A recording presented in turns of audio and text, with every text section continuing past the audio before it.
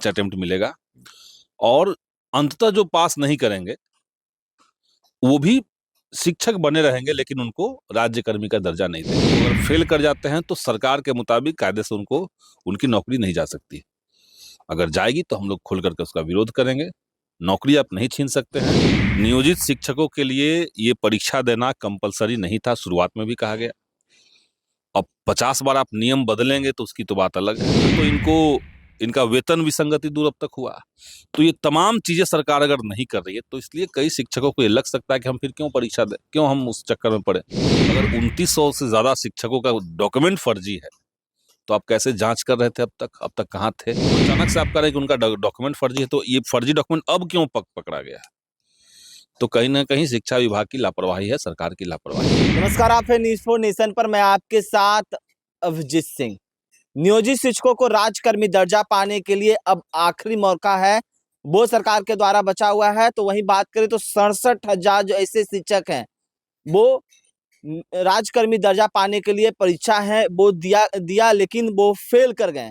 तो उन 67,000 शिक्षकों को क्या नौकरी पर खतरा है या वो नियोजित शिक्षक ही रह जाएंगे? हमारे साथ बात करने के लिए भाकपा माले के कद्दावर नेता हैं, विधायक हैं संदीप सौरभ जी। संदीप सौरभ जी, सरकार के द्वारा कहा गया था कि नियोजित शिक्षकों को राजकर्मी दर्जा पाने के लिए बिहार बोर्ड के द्वारा एग्जाम लिया जाएगा, लेकिन 67,000 जो शिक्षक हैं वो फेल कर गए। तो क्या उनको क्या रहेगा? देखिए, सरकार ने शुरुआत में कहा था कि एक मामूली सी परीक्षा हम लेंगे, तो मामूली सी परीक्षा तो नहीं ली गई। उनसे बीपीएससी लेवल की परीक्षा ली गई। जो शिक्षक 15 साल से 20 साल से स्कूलों में पढ़ा रहे थे, अगर वो प्राइमरी के बच्चों को पढ़ा रहे हैं तो प्राइमरी के बच्चों को पढ़ा सकते थे। लेकिन अचानक से उनको आप कहें कि हम बीपीएससी लेवल की परीक्षा लेंगे तो उनके लिए टफ था। हालांकि हम लोगों ने जब राज्य कर्मी को लेकर के जब सरकार से बातचीत हो रही थी, उस बैठक में हम थे, तो उस समय माननीय मुख्यमंत्री जी ने यही कहा था कि मामूली सी परीक्षा होगी, कई अटेम्प्ट उनको मिलेगा, 3 अटेम्प्ट मिलेगा उनको, 5 अटेम्प्ट मिलेगा और अंततः जो पास नहीं करेंगे वो भी शिक्षक बने रहेंगे, लेकिन उनको राज्य कर्मी का दर्जा नहीं देंगे। तो ये जो अंतिम अटेम्प्ट जो लोग ले रहे हैं वो अगर फेल कर जाते हैं तो सरकार के मुताबिक कायदे से उनको उनकी नौकरी नहीं जा सकती। अगर जाएगी तो हम लोग खुल करके उसका विरोध करेंगे। नौकरी आप नहीं छीन सकते हैं। जो शिक्षक जिस कक्षा को पढ़ा रहे थे उसको पढ़ाते रहेंगे। लेकिन जिस तरह से बात करें कि कई ऐसे नियोजित शिक्षक हैं वो भाग ले ही नहीं रहे हैं, वो जो परीक्षा लिया जा रहा है क्योंकि सरकार जो अपने वादे पे खड़े नहीं उतर रही है। सरकार ने कहा था कि एक तो कंपलसरी नहीं था, कभी भी नियोजित शिक्षकों के लिए ये परीक्षा देना कंपलसरी नहीं था, शुरुआत में भी कहा गया। अब 50 बार आप नियम बदलेंगे तो उसकी तो बात अलग है। दूसरी बात थी कि सरकार ने कहा कि राज्य कर्मी का दर्जा देंगे, लेकिन राज्य कर्मी का दर्जा देने के नाम पर एक अलग से विशिष्ट शिक्षक का कैटेगरी बना करके शिक्षकों को कई समूहों में बांट दिया गया और न तो इनको सेवा निरंतरता की लाभ मिल रही है, सेवा निरंतरता जो इनका बनता है वो उसका लाभ मिलना चाहिए, न तो इनका वेतन विसंगति दूर अब तक हुआ। तो ये तमाम चीजें सरकार अगर नहीं कर रही है तो इसलिए कई शिक्षकों को ये लग सकता है कि हम फिर क्यों परीक्षा दें, क्यों हम उस चक्कर में पड़े। तो ये कारण है, सरकार को इसको गंभीरता से सुनना चाहिए और उसको समाधान करना चाहिए और एक समान शिक्षक सबको मानना चाहिए। 2916 शिक्षक ऐसे हैं जो फर्जी डॉक्यूमेंट में पाए गए निगरानी विभाग के तहत, तो उन पर कार्रवाई करने की बात करें तो सरकार पर सीधा सवाल उठने एकदम सरकार पर भी सवाल उठता है, क्योंकि अगर 2900 से ज्यादा शिक्षकों का डॉक्यूमेंट फर्जी है तो आप कैसे जांच कर रहे थे अब तक कहाँ थे? और इतने सालों से वो पढ़ा रहे थे और आप सो रहे थे, तो आप जनता को जवाब दीजिए। तो ये तो सरकार के ऊपर सवाल उठ रहा है कि आप क्या कर रहे थे। निगरानी विभाग सीधे कार्रवाई करने की बात कही है, तो क्या आप लोग क्या करिएगा? विपक्ष के नाते आप लगातार शिक्षकों का सवालों पर आवाज उठाते हैं। जिनके डॉक्यूमेंट फर्जी हैं, जो फर्जी सर्टिफिकेट लगाए हुए हैं, उनके पक्ष में हम लोग क्यों कुछ बोलेंगे? उस पर तो कुछ नहीं बोलना है। लेकिन ये सवाल सरकार का है कि अभी तक आप क्या कर रहे थे? इतने साल से, 10 साल से, 12 साल से, 20 साल से, 15 साल से जो पढ़ा रहे हैं, अब अचानक से आप कह रहे हैं कि उनका डॉक्यूमेंट फर्जी है, तो ये फर्जी डॉक्यूमेंट अब क्यों पकड़ा गया?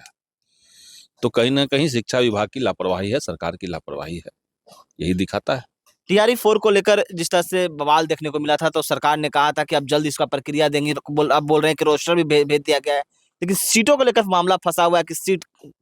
देखिए, सरकार जो है वो झुनझुना दिखाना बंद करे। इससे पहले भी हमने देखा कि सरकार जो अनाउंस कर रही है सीटों को, तो सीटें जितनी खाली है उसको अनाउंस नहीं किया जाता है।